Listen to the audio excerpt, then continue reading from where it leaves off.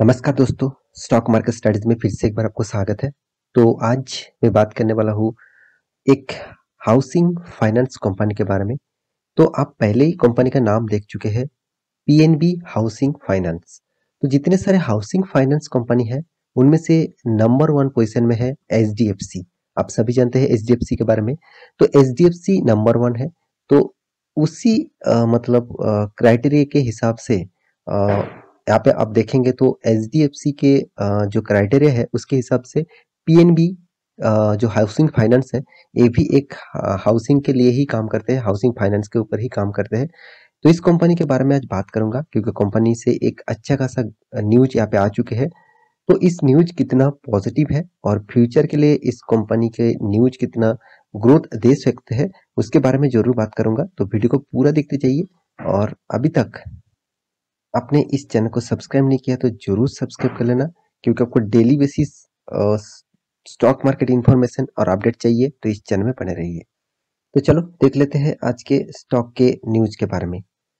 तो सबसे पहले कंपनी का चार्ट पैटर्न के ऊपर आ चुका हूँ। यहाँ पे आप देख सकते हैं कंपनी जिस तरीके से गिरावट देखने को मिला।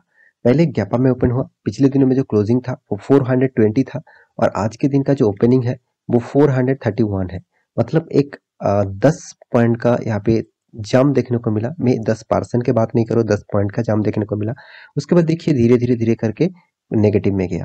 देखिए नेगेटिव होने का रीजन जो है, कंपनी जिस गुड न्यूज को यहाँ पे पब्लिश किया है वो मुझे लगता है मार्केट को उतना पॉजिटिव नहीं लगा, तो इसलिए मार्केट उसको नेगेटिव रिएक्ट किया। तो क्या वो न्यूज़ है, उसको जानने से पहले कंपनी के बारे में थोड़ा सा जानकारी बता दूं।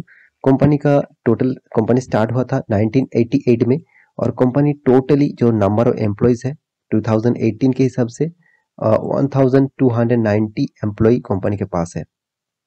कंपनी का जो सब्सिडरीज है वो देखा जाए PHFL home loan services, PNB housing finance limited Navi Mumbai branch का, और इसका जो पेरेंट कंपनी है मतलब इसका जो मदर कंपनी है वो है पंजाब नेशनल बैंक। आप सभी जानते हैं पंजाब नेशनल बैंक के बारे में। तो इस कंपनी का गुड न्यूज क्या था जिसके लिए आज के दिन गैपअप में ओपन हुआ, वो सबसे पहले देख लेता हूँ।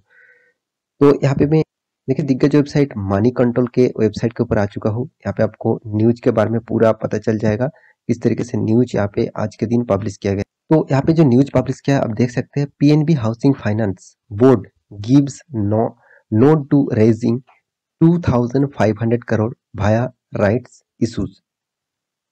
इसका मतलब जो पीएनबी हाउसिंग फाइनेंस कंपनी है वो फंड रेज करने वाला है। देखिए फाइनेंस कंपनी का काम क्या होता है, वो पहले बाहर से पैसा को कर्जा लेते हैं और उस पैसे से दूसरों को लोन देते हैं, लोन प्रोवाइड करते हैं, और लोन देने के बाद वहां से जो इंटरेस्ट आते हैं वही फाइनेंस कंपनी के लिए और बैंकिंग के लिए फायदा होता है।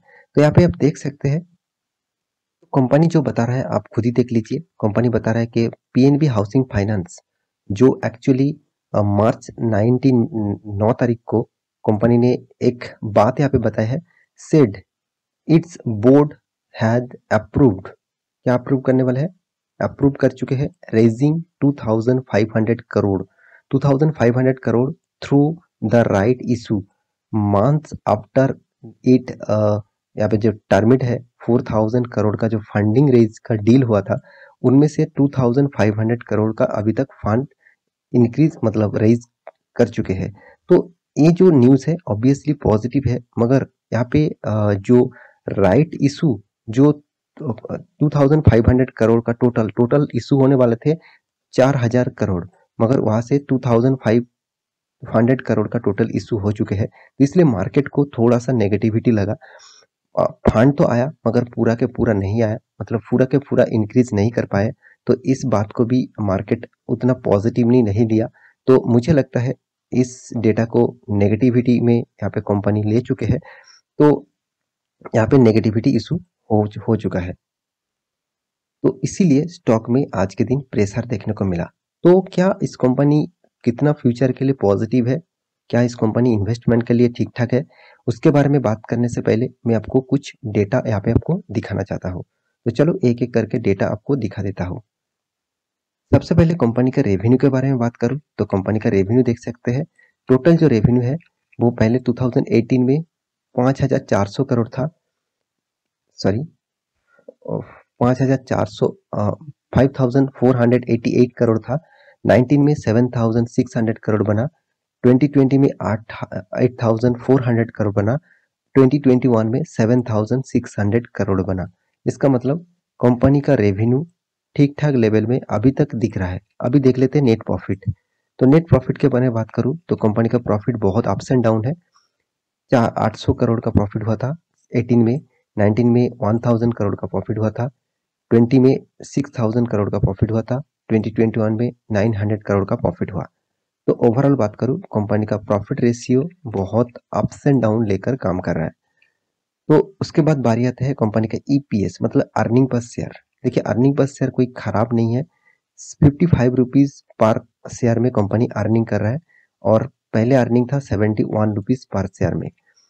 रिटर्न ऑफ इक्विटी के बारे में बात करूं तो रिटर्न ऑफ इक्विटी भी देखिए कंपनी का जो रिटर्न ऑफ इक्विटी है वो यहाँ पे 10 रुपीज देखने को मिला, मतलब एक एवरेज लेवल में आपको देखने को मिला है। डेप्थ ऑफ इक्विटी के बारे में बात करूं तो कंपनी के पास जो डेप्थ है वो 6.66% का डेप्थ यहाँ पे आपको देखने को मिला है। इसका मतलब कंपनी का डेप्थ बहुत ज्यादा है। 6.66% मतलब देखिए पहले बता दूं हाउसिंग कंपनी फाइनेंस कंपनी हमेशा डेप्थ लेते रहते हैं। ये इस तरीके से डेप्थ तो हमेशा कंपनी लेते ही रहेंगे, मगर आपको देखना चाहिए कि डेप्थ कितना ज्यादा है और डेप्थ के हिसाब से कंपनी अर्निंग कर रहा है कि नहीं कर रहा है। मेरे हिसाब से कंपनी अर्निंग जरूर कर रहा है, मगर उतना खास अर्निंग मुझे यहाँ पे नहीं लगा क्योंकि बहुत ज्यादा वोलेटिलिटी यहाँ पे इनकम हो रहा है। क्योंकि देखिए हर साल कंपनी का इनकम ग्रोथ होना चाहिए था, मगर उतना इनकम ग्रोथ नहीं हो रहा है। तो कंपनी के हिस्सेदारी के बारे में बात करूं तो कंपनी का जो प्रोमोटर है उसके पास 32% होल्डिंग अभी फिलहाल के लिए देखने को मिला है और एफआईएस के पास जो होल्डिंग है वो करीबन करीबन 24% होल्डिंग है। डीएस के पास कितना है? डीएस के पास 2.49% होल्डिंग है। पब्लिक के पास करीबन करीबन 40% होल्डिंग है। देखिए पब्लिक इस तरीके से कंपनी के ऊपर ज्यादा फोकस रखते हैं, आदर्श के पास भी यहाँ पे कुछ होल्डिंग नहीं है। देखिए कंपनी देखा जाए तो एक स्मॉल कैप टाइप कंपनी है, 7,000 करोड़ मात्र इसका मार्केट कैपिटलाइजेशन है। कंपनी का पी रेशियो भी लो लेवल में, इंडस्ट्रीज पी रेशियो बहुत हाई है मगर इसका पी रेशियो बहुत लो है। ठीक ठाक है, पी रेशियो लो होना अच्छा खासा होते हैं मगर इतना लो भी ठीक नहीं है।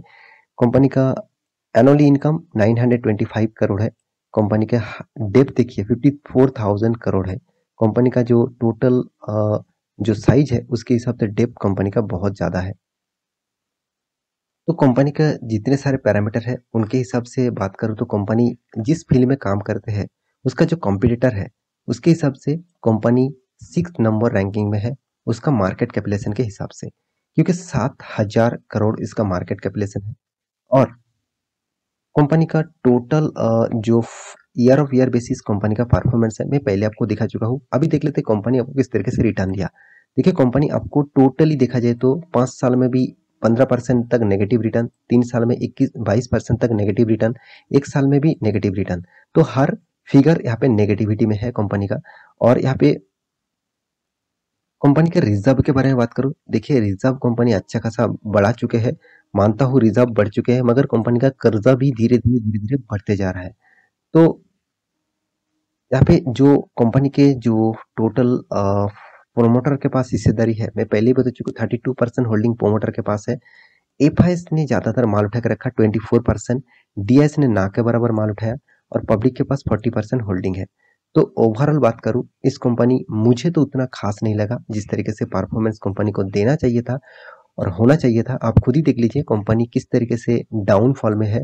पहले तो पीएनबी जिसका जो पेरेंट कंपनी है वो खुद उतना खास परफॉर्मेंस नहीं कर रहा है और फाइनेंस कंपनी हाउसिंग फाइनेंस का लीडर एचडीएफसी जिस तरीके से काम कर रहा है उसके हिसाब से इस कंपनी बहुत पीछे अभी चल रहा है। तो मेरे हिसाब से इस कंपनी इन्वेस्टमेंट के लिए अभी फिलहाल के लिए उतना पॉजिटिव नहीं है। तो आप इसके ऊपर स्टडी करिए, उसके बाद आपको लगे हाँ इसमें निवेश करना चाहिए तो आप निवेश कर सकते हैं। तो मेरे ओपिनियन से इसके ऊपर मैं बिग क्रॉस लगाना चाहता हूँ इन्वेस्टमेंट के हिसाब से अभी को फिलहाल के ही ना, फिलहाल के जो सिनेरियो है। तो आशा करता हूँ सारी जानकारी आपको मिल चुका है। तो मेरे वीडियो अच्छा लगे तो लाइक करना, चैनल को सब्सक्राइब करना और बेल आइकन को प्रेस भी करना। मिलते हैं नया स्टॉक लेके, तब तक के लिए अच्छे से रहिए, अपने ख्याल रखिए, बाय बाय।